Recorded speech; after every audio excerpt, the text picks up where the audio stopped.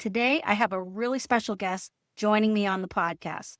I'm chatting with children's book author Susan Fairchild, who is the author of The Turkey Hands. It's one of the cutest books I've read in a long time, and I don't want to give away the plot because I want Susan to tell you all about it. So I'm really excited to welcome Susan to the podcast and hear all about her inspiration for writing this book. So let's get started.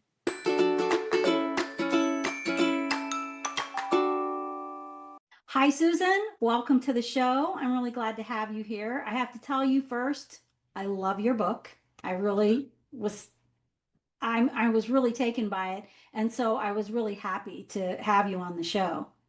Thank you so much. It is a delight to be here. Thank you for inviting me. And I just can't tell you how happy it makes me that you like the turkey hands. So Oh, yeah, you made my day. love it. That's great. I just love it.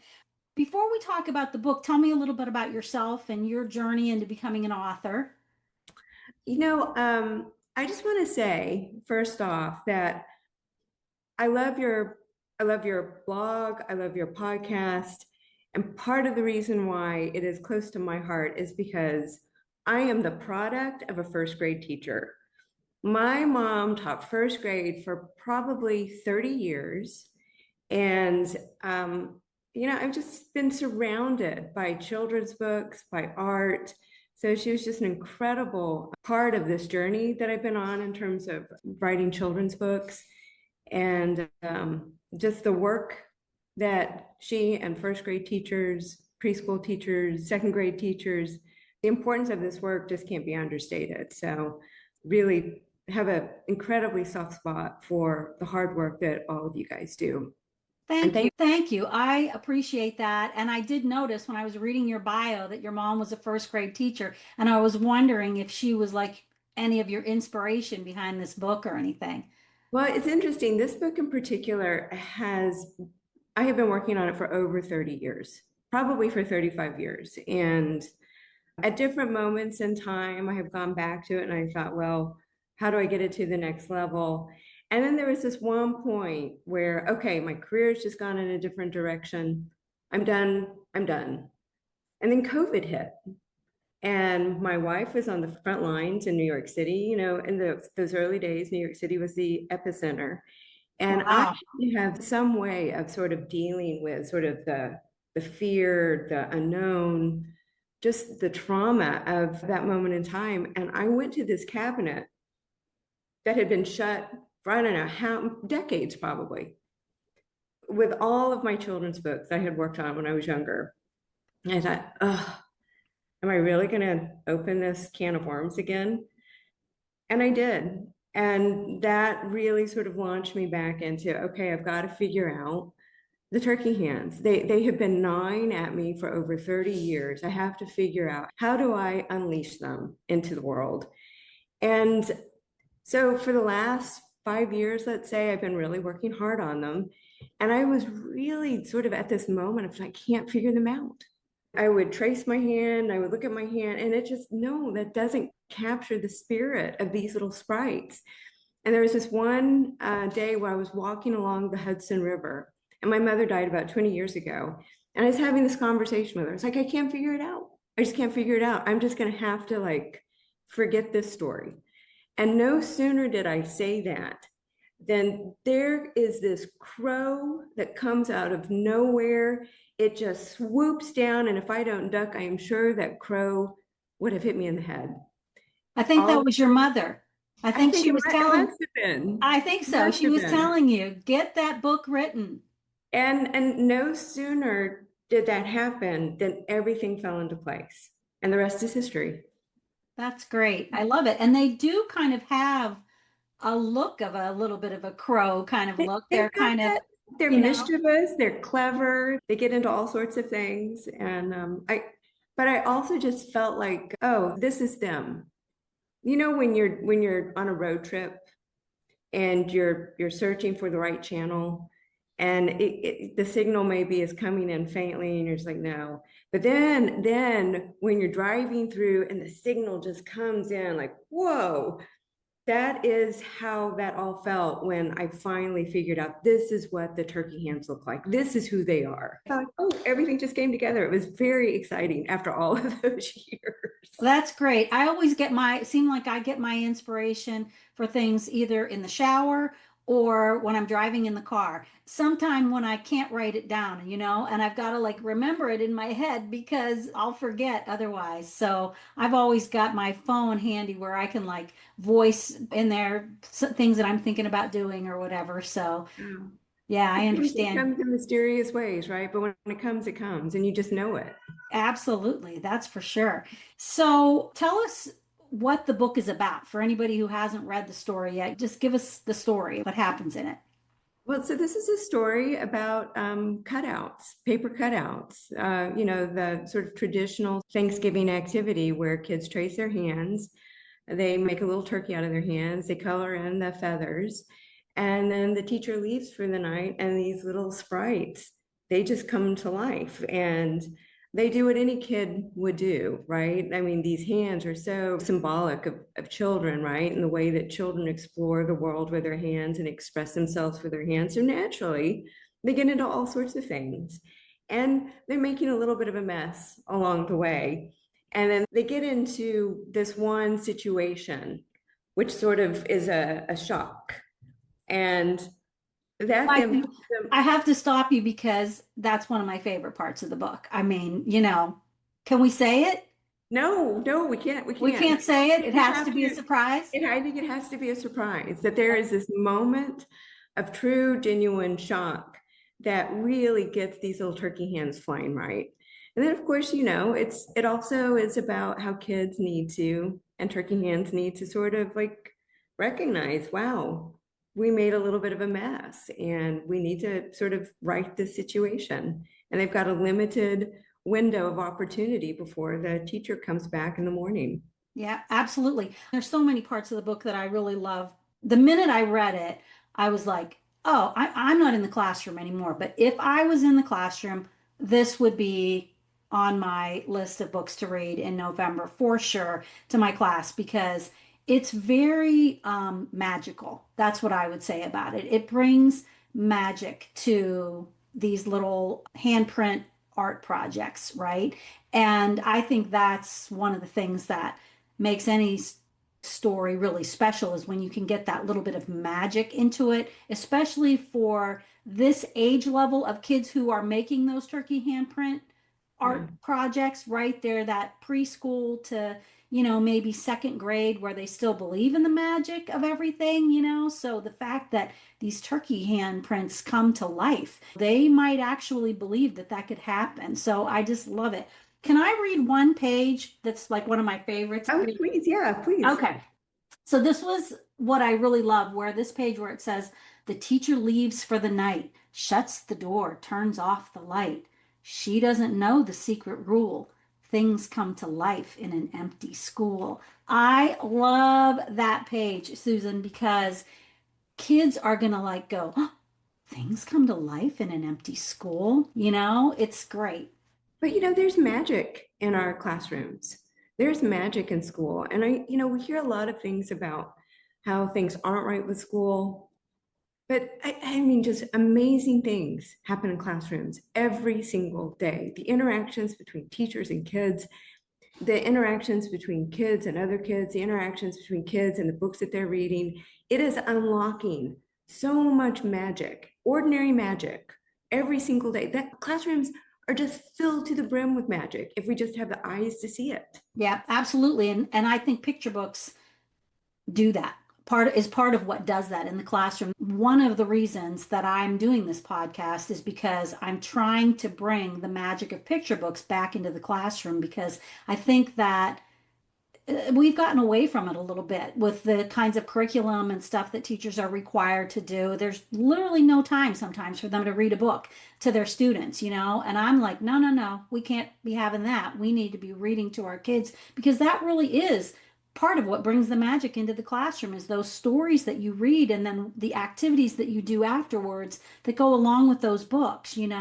And so that's one of my biggest goals for this podcast is just to get teachers reading aloud to kids again. So this book it's got to be on the list for Thank you. kindergarten, first, second grade teachers to read to their kids in November because everybody's making a turkey handprint.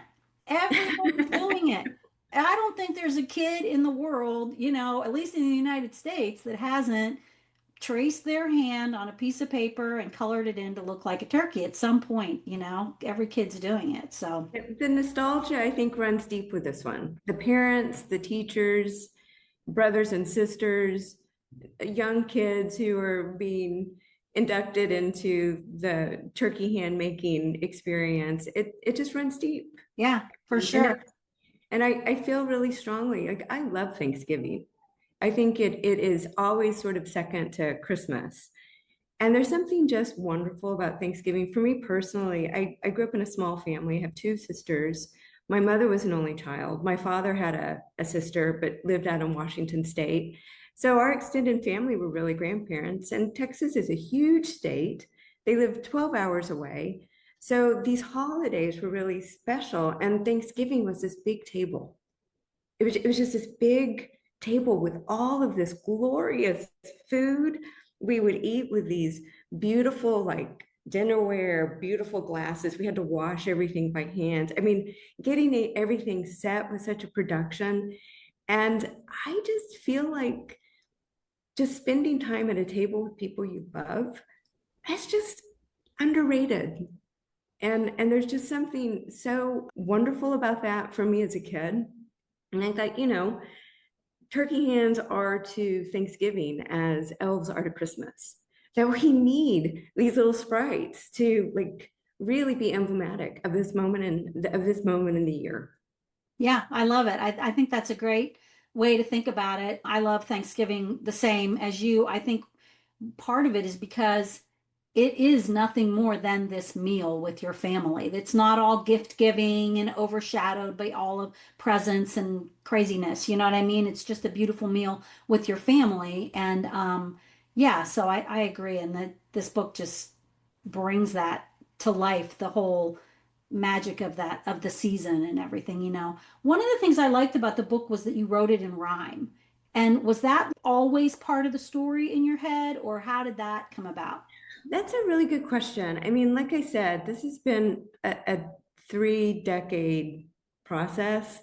Like the origin story of the turkey hands, honestly, I moved from Texas to New York for my master's degree. And I was like navigating this big city, this kid from Texas. And I was just trying, like, how do I figure out like the lonesomeness that a young person experiences in a big city? It's ironic, but you can feel even more alone in a big city because there are so many people who you don't connect with. And so I just started writing children's books as a way of like, okay, this time I'm going to pass my time and it helps ground me. And as I was working on the story, as a kid, I always liked to draw hands. And then I put a beak on it. I was like, huh, that's interesting. What happens? And then I was like, oh, turkey hands, what happens when they come to life?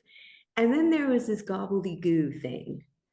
And then it was when the gobbledygoo, that's when I think that triggered, oh, this is a rhyme. There's a Right. rhyme somewhere in all of this. So it was an interesting sort of process that got me to the rhyme. But I think rhyme is very hard. I took a wonderful rhyming course a few years ago, and boy, the things that I learned about rhyme, and it looks so easy and it looks so simple, but it's tricky. Every word matters. And so yeah, it was tricky. Yeah, I know what you mean by that. And it does matter because when you're reading it, it has to have this sort of cadence to it. You know what I mean? And so the words have to be correct, right? To make the rhyme sound right. And it does. It sounds great, in the story and very cute. You are also the illustrator, right?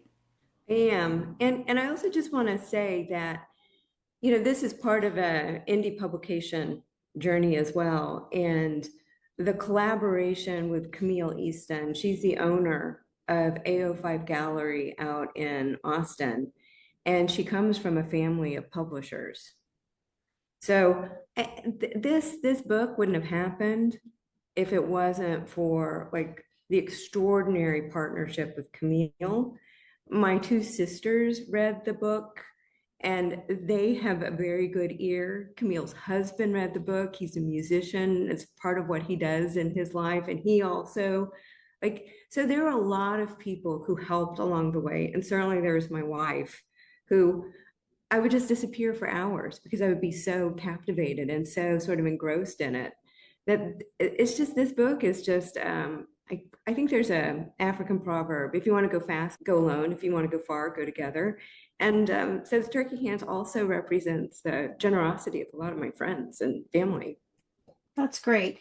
How did you do these illustrations? I think I noticed on your, I was looking at your Instagram maybe, I can't remember, and I noticed you were doing printmakings. Are these, did you do it with printmaking? Now, these in the book are digital.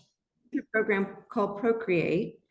And basically, I cut out everything in Procreate. Like you can have digital brushes, you can have digital paper, but I'm literally cutting things out and I'm moving things around. So it's digital art sort of, but it's also collage in lots of ways. Yeah, I That can harkens see back. that. It kind of reminded me a little bit of like Eric Carle, where he, paints paper and cuts it out and puts it together and creates it was sort of a similar kind of feel to me, in your book with that collage feel. Well, that's a nice compliment. Well, yeah, I mean, yeah, he's the master, isn't he? If you know Eric Carle, the Very Hungry Caterpillar and all of those. Yeah, Absolutely. if your Just mom extraordinary. was a first grade teacher, I'm sure you know that. One of the things I really liked about the story too was that the turkey, when they come to life, they are getting into all these things in the classroom. And I think that kids will really appreciate it because, they're like finger painting and they're drawing all over the board and they're just doing all these things that the kids would do in the classroom too. So when you're trying to think about how you're going to use this as a teacher in your classroom, kids are going to be able to relate so much to all this stuff that the turkey hands are doing at night. I think another thing too, to your point, that art and engaging in the creative process, like anytime like, you create something, there's something you're putting out into the world that is now its own thing. And like when you look at Play-Doh, for example, and you look at something that a kid has crafted with his hands, and then you step back and you look at it, that's what a thing that is, right? And I just think sometimes we take things for granted a little bit. And I think this is goes back to one of the early lessons from my mom after she taught in the same school where I went to elementary school. So when class was done, when school was over, I would walk down to her classroom and I would help her. And oh my gosh, the work she had to do. I don't know that if people really understand that first grade teachers are in charge of everything. And it That's is, for sure. I mean, it is such a labor of love. And but it was also really important that her kids be surrounded by their art. So we were constantly, like almost on a weekly basis, changing her bulletin boards. And and your audience knows that is a lot of effort and a lot of work, especially if you've got three big bulletin boards in your classroom. And constantly making sure that they are refreshed on a near weekly basis. But that also speaks to like just wanting kids to be surrounded by their own creations.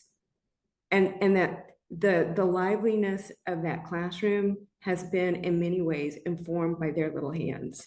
Yeah, absolutely. That was definitely my train of thinking when I was a teacher. A lot of times kids would come in on the first day of school to mostly empty walls because I wanted to just fill it up with their work and what they created and did too. So I definitely think that. How do you think teachers could use this in the classroom? Like what's your thinking behind the story and using it in a classroom? So all of you know better than I do. I imagine you all would have amazing, wonderful things and ways of using this book. And I would love to hear like the fun What? things you all are able to do. I think there are different entry points to it that lend themselves to activities. Like the first is just traditional Thanksgiving, the turkey hand. I think there is another entry point, like we've talked about kids' hands. And, you know, we express ourselves when we're kids through our hands. We explore the world with our hands. And our hands are also some of the first things to be controlled by adults. I can't tell you as a kid how many times my mother said to me, "Don't you touch that. We're going into this nice place. You keep your hands to yourself." Right. Right. So there's this interesting tension between the creative process, but also control. And that said, there still have to be rules. And what are some of the rules that involve hands and the turkey hands maybe can help kids understand a little bit better? And we're also living in some complicated times and just having some autonomy to be able to know that you can control a little bit of something in your life. If you make a mess, you can actually like pick up after yourself. You have a sense of agency. You can do that. Right. And then I think another entry point is just we can use our hands for good. Yeah. One of the things I liked about the story was that the turkey hens made this big mess in the classroom, but then they like realized, right, that they needed to clean it up. And so they cleaned it up at the end and they made it right. So I liked that it kind of showed kids that, you know, yeah, we can make a mess, but we have to clean up our mess when we're finished. We're struggling with that with my 4-year-old granddaughter right now, like making lots of messes, but not wanting to clean up her mess, you know? So for me, when I read the story, immediately what popped out to me, because I'm always looking at picture books and how I can integrate that picture book into other subjects within my classroom, right? How can I use a picture book to teach a math lesson or a social studies lesson or whatever, right? So for me, this book, what popped out was a writing lesson, 100%, which like I envisioned after reading this story that of course the kids are going to make the turkey handprint art, right? The teacher has to have them make this and put them on the bulletin board and then they're going to come to life, right? In the classroom, like teacher's going to make this happen. So, like, make a little mess, you know, that the turkey handprints have left in the classroom. And then the next day, the kids come in and they find this. And of course, this is where the magic comes in that our handprint art really did come to life. And so, in my mind, what the kids can do is they need to become detectives, right? I And would love that. yeah, they need to become detectives and they have to figure out, well, what were the turkey hands doing in our class last night? And so now we are going to write about that, write about what did they do. And then I'm thinking that this could be kind of an ongoing thing, maybe like several days where the each night the turkey hands come to life and they make a little mess in the room and each day the kids come in and put their little detective caps on and figure out what happened last night. In fact, I was so excited about it. I actually made a resource for teachers to use so that they can read this book to their class and then have the kids, you know, write about what the turkey hands do and stuff because I just loved it. I just think there's so much the teachers can do with this book. It's fantastic. Well, Really. thank you. I'm very appreciative. Thank you so much. And that's a Yeah. great idea. And I know that your audience and the teachers who you are connected with are going to have even more ideas that they'll be able to share. So I'm super excited. Yeah, absolutely. So, have you written other books? Other children's books? There will be more to come. You do have some little more things in that cupboard of Yeah, yours that you opened up in 2020. It's you got to dust it off. that's right. So Camille and Camille, who is part of Turkey Ham Press, she and I are now working on a sequel to the Turkey Hands that will be out next year. And I have been working on a series of books with my big sister. So the first of that series will probably come out in the spring. Very good. I'm excited to see what you've got cooking. Yeah, thank you. Thank Yeah, you. that's great. Well, it's been great having you on the podcast. I've really enjoyed it. Where can people connect with you if they want to get to know you a little bit better? So on social media, the best place to get with me is Susan K. Fairchild on Instagram. And I think also to connect with Camille at ao5gallery.com. AO5 Gallery, this is the other interesting, weird connection to the turkey hands. AO5 Gallery has one of the largest collections of the art of Dr. Seuss collection, and in the United States, actually. And AO5 Gallery is one of the largest regional art galleries in the Austin area. So I think you can also see that there is this spirit of Dr. Seuss also that sort of comes through in the turkey hands. And Right. to have that connection to AO5 Gallery and to Camille is special. And then they can grab your book on Amazon?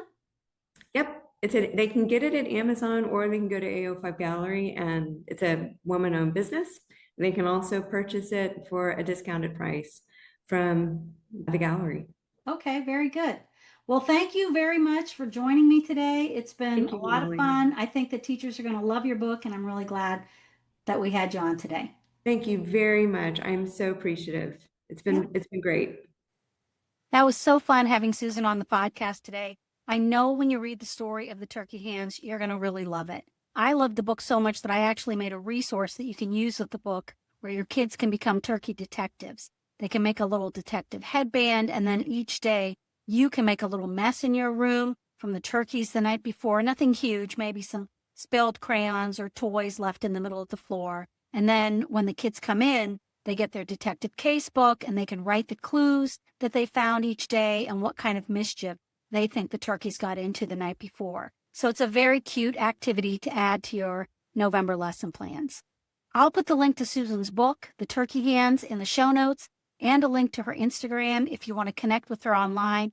And I'll put a link to the Turkey Detectives resource in the show notes too. Okay, friends, that's it for today. And as always, remember to make learning feel like play, and I'll see you next week.